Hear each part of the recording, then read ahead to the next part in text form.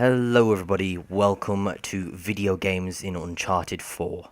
So, if you didn't know what video games was, or is, video games is basically where I show you every single feature of the game that I'm currently playing, or that is, popular at the time, and then I will, you know, show you everything you can do in the game without having to purchase the game yourself and figure it out for yourself. It's not a review, it's just how the game plays out and what you do in the game. So, we're going to start off with cutscenes and, just a little bit of gameplay and, I wouldn't say story because I don't like to ruin the story for, story-driven games. So, there won't be any spoilers in this, it will just be gameplay spoilers and how the game plays out and stuff like that. There might be like a spoiler for a puzzle, but that's about it. So, we're here in, I think, the fourth mission where I'm just interacting with the world and, showing you the different things that you can, interact with, like books and stuff like that. And each book or each piece of, each object can have different ways of interacting with it, like flipping or reading and stuff like that. And they'll have reactions to it, or the character will have reactions to it if you're reading.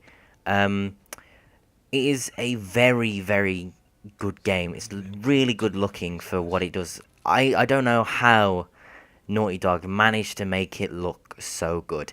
It's really, really, like, it's a technical masterpiece. The motion capture on the faces and everything like that is amazing. And it's honestly, if you're gonna get it, it's worth the money. So here we're seeing just a little bit of combat-ish. It's just like aiming and shooting, and how they've done it is really good, to be honest. It's kind of a confusing aiming and shooting mechanic in some sort of way. Like, the recoil isn't shown in the outer arrows, let's say, like that. It's shown in the little dot in the center. As we get into the video, I'll show you how that sort of works and everything.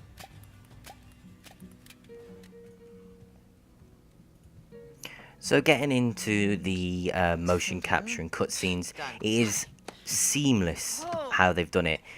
As you saw just a little bit there, I went from gameplay to cutscene, where the motion capture and the acting is magnificent.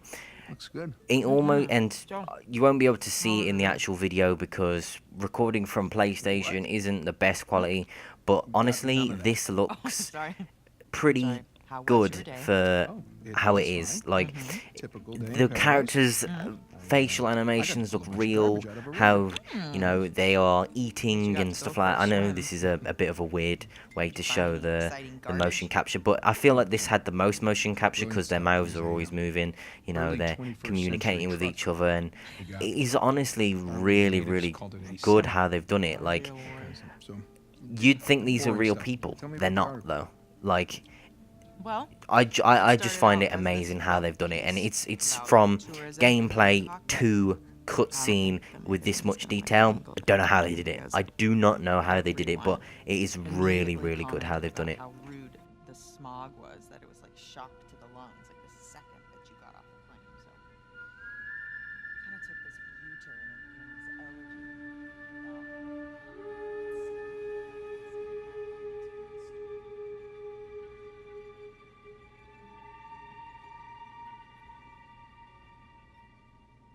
Ah! What? where are you? I'm in here being stabbed with a fork. Oh, really? What? Just keep going. It was interesting. Oh, Yeah. interesting. What's my article about? What? This one? So now what you're seeing is dialogue choices in the game. Now, they don't do this much, but when they do it, it's cool. I enjoy their dialogue choices. It makes it seem a little bit more personalized to you. Like, City limits. if you remember any of the experiences that you've had in the old games, you can, I think in one scene you could, tell Sam about what you've done in the past. Now, getting into the platforming and the climbing and stuff like that, it's really well done, and I like what they've brought in, like the new mechanics and stuff like that. They brought in a grapple hook swinging mechanic, which is nice, and a sliding mechanic, which is pretty fun. And the level design for the climbing is really well done. Like, there's not in some areas of the game, there's more than one way to get around a climbing thing. You know, it's not just on the beaten path, you know where to go, sort of thing. You know, it'll tell you where to go. It's more like it's more open. I feel like this game is a lot more open to climbing and stuff like that. And the way they've done it and implemented it isn't too annoying. Let's say, like, they don't stop action for the platforming and stuff like that. It's a nice blend of both, and sometimes at the same time, which is cool as well. Looks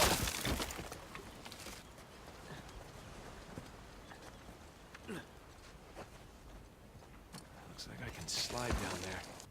Where to begin? Puzzles are back, by the way, as well. This puzzle is one of the easier puzzles, but there has been a few confusing ones that I don't know how I completed. I won't be spoiling them because you've got to work it out for yourself, but this is like right at the beginning of the game. It's one of the easiest ones. It basically screams out to you what the answer is.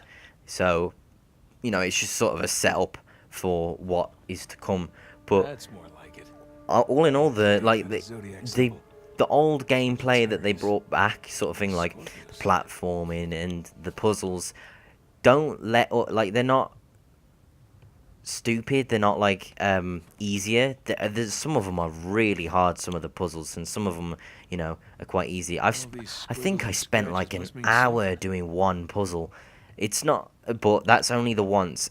It's really good how they've done it, and some of the puzzles are even more intricate. Like, one puzzle make you look in your booklet with like torn pieces of like paper, and you got to match it up and stuff like that. And it's, you know, it gets more and more confusing as you go on, sort of thing. And there's another one where it's just basically a big room and stuff like that. But the way, I think one of them, they tied in the climbing and they tied in the puzzling at the same time. Obviously the puzzle was easy because it sort of screamed out to you as well, but it was really good and really fun. Puzzles in this game, you'd think that they were slightly annoying because this is like an action game, but if you're new to the series, this is how they did it in the past. You know, or in like the first 3 games, it was it was climbing, shooting, climbing and shooting, climbing and puzzles, and they've brought it back and they've done it really well. I know I've just spoiled this puzzle for you, but honestly, it's just one of the easy ones. All the other ones are going to be a lot more difficult and a lot more intricate, and I really like them. Now getting into more of the action style of the game and the more combat, let's say. We're getting into combat now. So there's many ways of approaching each combat situation. You could either go full stealth and just silently kill everyone like an assassin and just like wreck everyone in stealth. And the new mechanics that they brought into that is this long grass that obviously people would be able to see you in.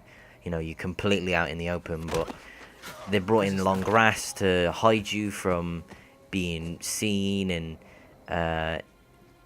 just like the little things that they've done in the game to implement more stealth in the game. It's really good. I really enjoy. I tend to go for full stealth in any game that can give me stealth. Like, any game that I can do stealth in, I will do, and I will enjoy it as well. Like, they've done it really well in this game. You get those tense moments when that diamond fills up, like, oh, is he gonna spot me? Is he gonna spot me? Please don't spot me. And then you get those really cool, like, oh, I got that guy, yeah, and there's this guy that I got as well, almost at the same time, sort of thing. It's really well done, and it can be nail-bitingly close to, you know, you being spotted, and it'll give you that. It's almost a stealth action game, but it's a more basic stealth action game, which I really, really like. I really like this game for its stealth.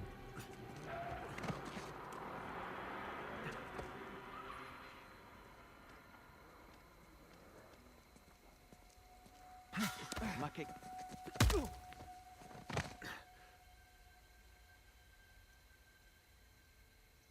Non era niente.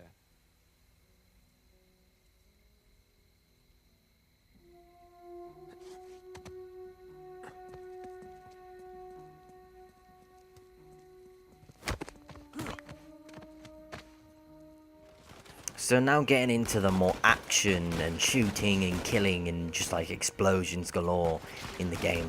So there's a few mechanics like this new mechanic here where you know push over tables to gain extra cover, and like getting around the place is it feels a lot more fluid and fast because you know it is a more fluid game and it feels a bit nicer.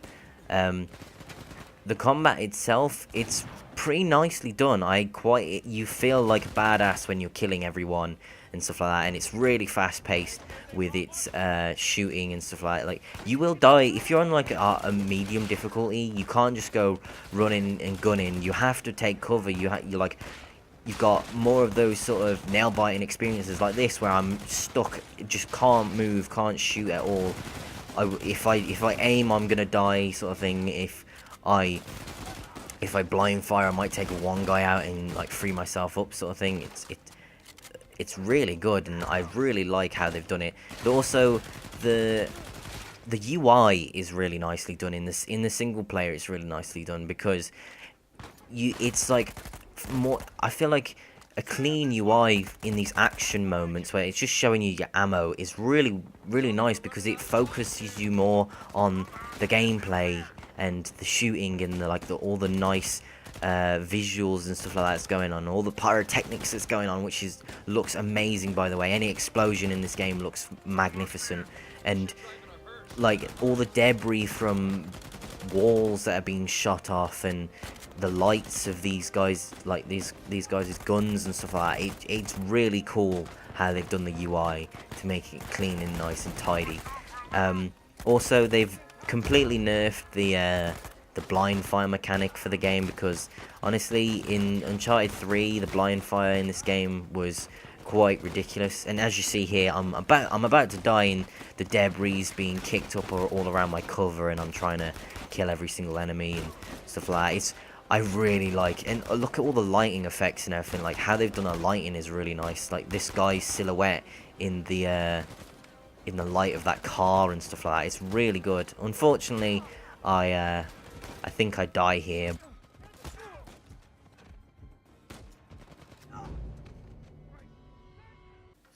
Now let's get into some of the multiplayer. So the multiplayer is stupid fun. If you've got any friends that are getting a game or have the game, definitely play with them though, because you'll have all the more fun while you're playing with friends and stuff like that. There's three different game modes. There's Captain, I think, or Control. It's kind of like Domination in Call of Duty, where you have to capture and hold different objectives like flags and stuff like that. It's A, B, and C, so it's the game mode like that. There's also Plunder, which is kind of like a capture the flag type game mode. I won't be showing all the game modes because I haven't really played the other game modes. And then there's Team Deathmatch and Ranked Team Deathmatch, which is sort of like an esports type thing, which is cool. A few of my tips for multiplayer, by the way. I see a lot of people going head to head against enemies, and that's not really the best way to play the game. Of course you can play like that, and I'm not saying that people shouldn't play like that, but I've had an easier experience in the game when flanking enemies, because you've got, I guess, when you've got your whole team shooting at the other team, they're just going head to head, just constantly at each other, sort of thing, and not getting anywhere, really. If you flank around the enemy, you can definitely get like 3 or 4 kills just for, you know, getting around the enemy and killing them. There's a few mechanics like new ones that, you know, use the grappling hook, which is like there's one hit kills in the game where you swing your grapple hook until it's fully charged. Then you can one-hit kill someone with it, which is or one-hit down someone with it, which is cool. There's these, I guess they're like, I think they're called mysticals, and they're basically power-ups. They're like your ultimate ability in Overwatch or something like that, where you throw them and it will zone off a whole area of the map. It will slow people down if they're in this circle thing. It can speed up your roll and stuff like that, make you more of a hard to hit target, which is cool. I really enjoy how they've done the mysticals and everything. There's a buy menu as well, kind of like not Uncharted, sorry, kind of like The Last of Us, where you will buy your grenades, like grenade upgrades. You'll buy your mysticals, your sidekicks, which I don't really use, but they're basically like little NPCs that you can pop in the map and they can help you out. There's like a revive guy, just like a brute guy, I think he is. I think that's what he's called, a brute. A hunter guy, which will grab enemies, get them out of cover, and then like a sniper woman.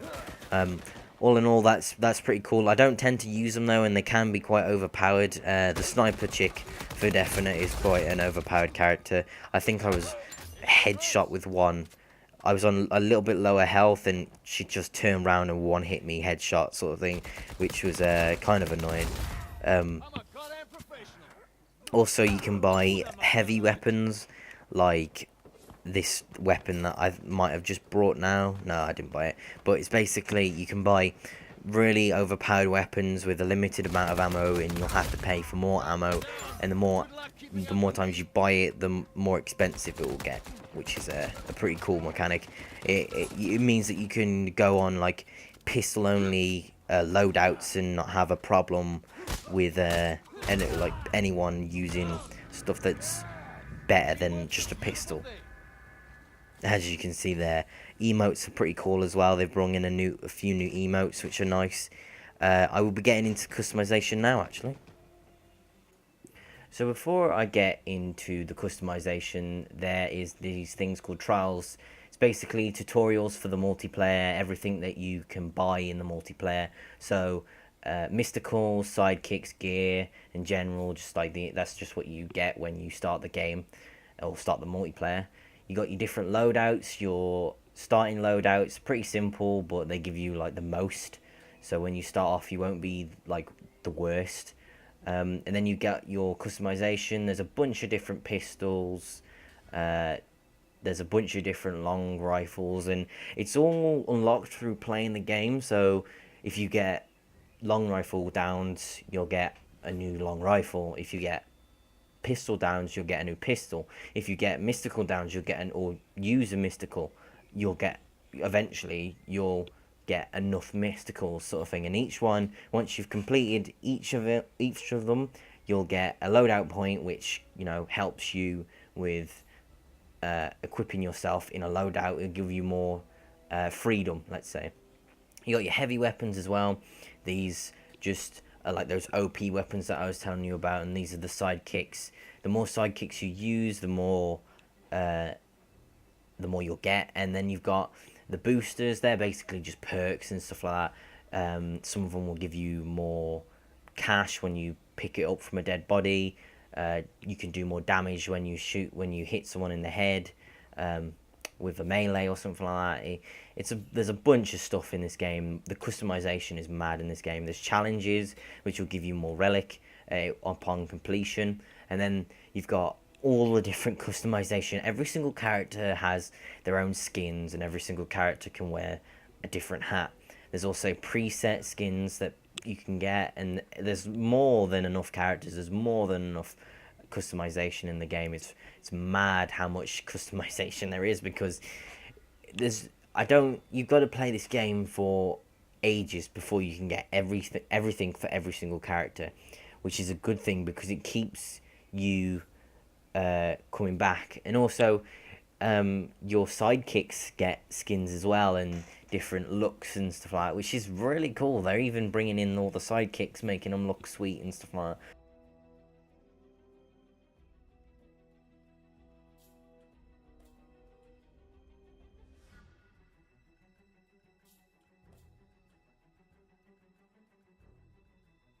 And as you can see, uh, there's different styles for villain sidekicks and hero sidekicks.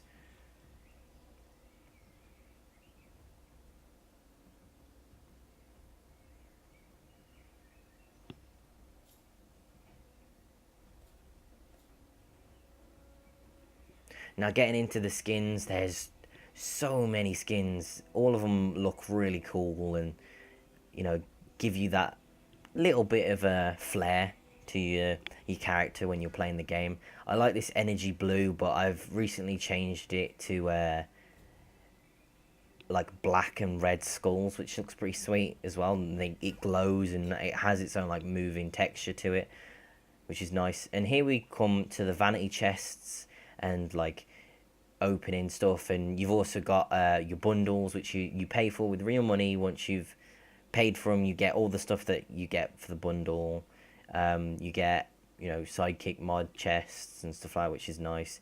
You get loads of different characters that you can either buy or you can just unlock them through vanity chests. All of these characters have their own skins and all that. It's just mad how much like you've seen here. Look how many skins there are. Unfortunately, it doesn't load fast enough for me to show them all. I'd like to show them all, but I don't think I do because they don't load very quickly because they're so well detailed and everything.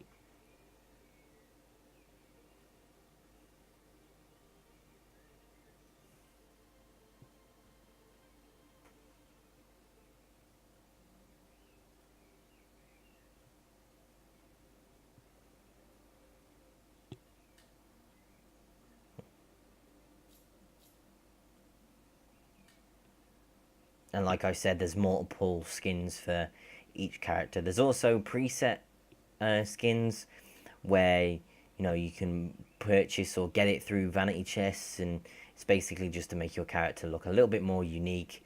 But you obviously want to customize the character yourself, right? It's the whole point of customization. Every single character has their own presets as well, which is quite cool. They put a lot of effort into this game for the multiplayer and the single player. It's really just a lot of game for, I think it's £45 on the PlayStation Store, which is really good. I think it's £42 in stores, so it's really good if you just want to grab it and download it and get gone. Just play it all day, because honestly, you can play this all day and have a lot of fun with it. Now, some of the features that I have missed out on that I couldn't show you, unfortunately, was the different, like, I think it was different sort of textures that you can get for single player. I have to complete the game to show you that, and I haven't completed the game at all. Um, I feel like I'm far from completing it, or I'm pretty close. I don't know, but all in all, I don't feel like I'm, you know, right at the end of the game. If I do get to the end of the game, then I'll show you every single new texture thing and all the skins that you can have for single player and stuff like that, because that's something that you'd probably want to see because it affects your game so much. I think I saw like Rainbow World for the single player where everything was like really wacky colors and all over the place sort of thing, all psychedelic and stuff like that. It looked mad. There's also like slow motion mode where if you aim down sight, your camera will slow down, and it's just a lot of stuff that it's kind of hard to get it all into one video. I'd have to play this game for a longer time to show you everything, and obviously, make a better video. But these are all the taunts and everything. These are all the classic ones, which are pretty cool. These cost 100, and it's pretty nice that they cost 100 because you could buy, I think you could buy 5 if you wanted to, because they give you 500 of those paid coin things. You got all the dances and stuff like that, which are quite cool.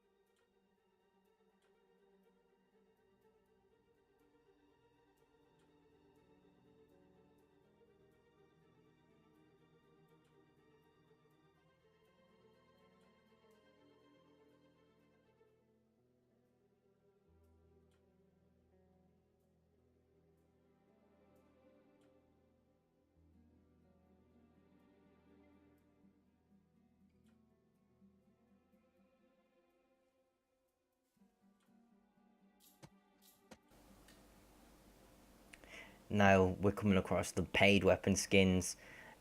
These are just like all the weapon skins. I've already showed you the weapon skins, but you can pay for each one. It's pretty cool that they let you pay for it. There's a lot. It almost feels like in this game you can use your own real money to pay for stuff, or you could just play the game and get it a little bit slower. But it's really nice how they've done it, and I like how they've implemented the sort of in-game currency and the use of like microtransactions. But that's been my video. I hope you guys enjoyed. If you did, if you could leave me a like, that's been very appreciated. And if you comment and subscribe as well, that'd be even better. And I'll see you guys in a different video. Goodbye.